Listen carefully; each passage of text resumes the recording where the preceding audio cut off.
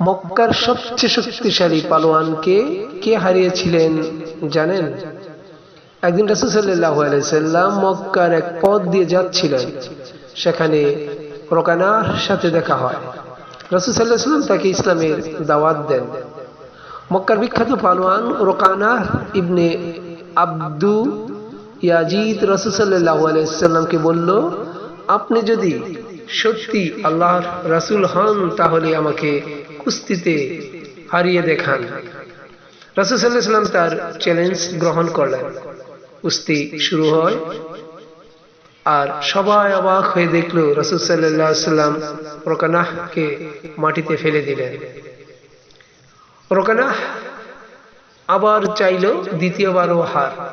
কিছু বর্ণনা এসেছে তৃতীয়বারও তিনি পরাজিত হন। সেদিন মক্কার মানুষ বুঝেছিল রাসূল সাল্লাল্লাহু আলাইহি সাল্লাম শুধু চরিত্রে নয়, শক্তিতেও ছিলেন অনন্য। হাদিস সুনান আবু দাউদ, জামিয়াত তিরমিজি।